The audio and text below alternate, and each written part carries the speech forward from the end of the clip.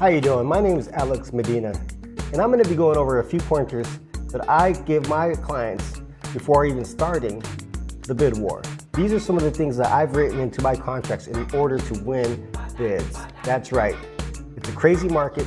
Some of the stuff that I tell you today may be crazy to you, but guess what? It's what's necessary to win a bid in this hectic market. So let's get started. Earnest money. Yes, earnest money's got to be a large amount down. If you're putting, if you're making a bid on a $500,000 house, we're looking at $10,000 to $20,000 for earnest money just to show good faith. If you're looking at a home that's like $600,000 to $1 million, I've seen people put down anywhere between $40,000 to $50,000 down in earnest money just to show good faith. Next pointer, overbidding. Yes, we're gonna have to overbid on the house. So get prepared to pay anywhere from $40,000 to $50,000 to $100,000 over asking in the Seattle market. If you're in the Atlanta market, we're looking at about $20,000 to $30,000 to $40,000 over asking. It's not as bad as the Seattle, but it's still pretty bad. Appraisal gap. So get ready to pay the appraisal gap. What that means is, let's say a house is on the market for $650,000 and we make an offer for $750,000 and the appraisal comes back and it's $670,000.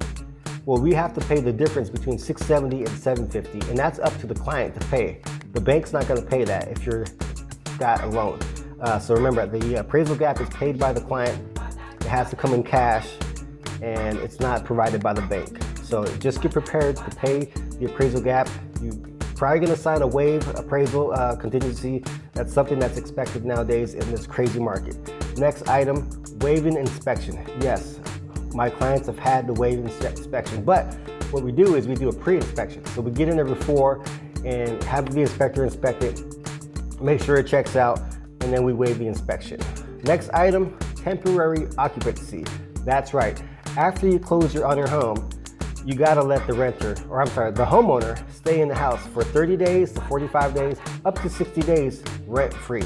That's part of the deal. That's something that's common these days. A lot of times they want to sell their house and they want to go to another property. That's something to expect. Temporary occupancy. That's something I write into my contracts to win bids, and it's worked out just fine. The next item, very short due diligence period.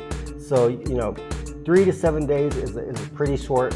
That means that after 7 days, you can't go back on your contract. You lose your earnest money. It's risky, but it's what's necessary in this crazy, hectic market. Next item, broker-to-broker relationship. If your broker's not in direct contact with the other broker, the listing broker, then he's not doing his job. Most deals are made by broker-to-broker participation. So if your broker's not communicating with them directly, I'd say get another broker, because that's the most important part about writing a deal, is being in contact with the other broker. Next item, short closing periods. So you close your deals within 14 and 21 days if it's a loan. If you got an all cash offer, I've seen 3 to 7 days closing time. So you want to keep those closing periods very short in order for the listing agent and the seller to be quite happy.